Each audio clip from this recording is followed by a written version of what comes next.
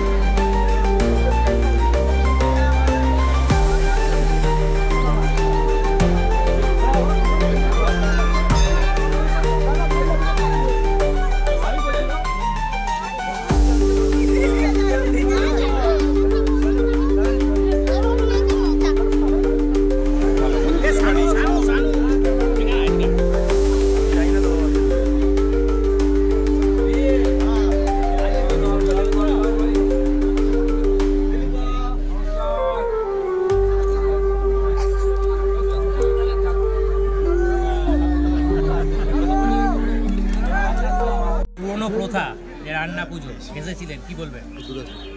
এটা খুবই ভাগ্যের ব্যাপার।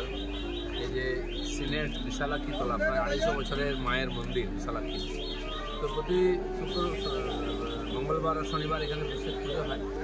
আজকে রান্না খাওয়ার বিশেষ ব্যবস্থা ছিল, হাজার হাজার ভক্তরা এসেছেন, গ্রামের সাধারণ মায়েরা মানুষেরা, তাদের সঙ্গে আমার ইচ্ছা ছিল আজকে এসে সবার সঙ্গে প্রসাদ গ্রহণ করলাম।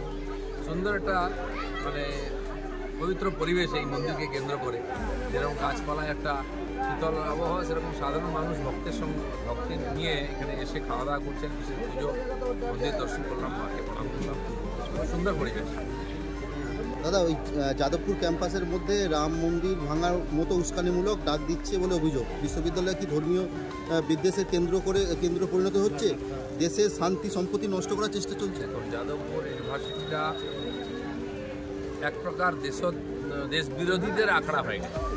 ওখানে যে ধরনের পোস্টার লাগানো হয়েছে মাওয়ের ছবি দিয়ে আলাদা আলাদা করার ভারতের চেষ্টা চলছে, আমি এটা পোস্টও করেছি, তার থেকে বোঝা যায় এই সমস্ত দেশ বিরোধীদের ঘাঁটি হয়ে গেছে।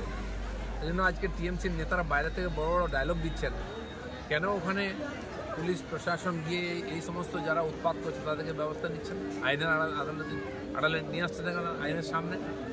এটা না করতে পারলে যাদবপুরের মতো একটা ঐতিহ্যশালী প্রতিষ্ঠান নষ্ট হয়ে যাবে, সেটাই আমাদের চিন্তার বিষয়।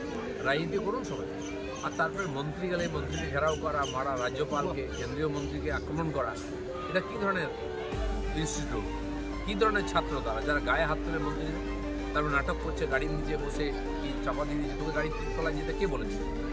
এই ধরনের যারা দুর্বৃত্ত উদ্বৃত্ত, এই ধরনের যারা দুষ্টতাকারী, তাদেরকে শিক্ষা ব্যবস্থা থেকে আলাদা করতে হবে।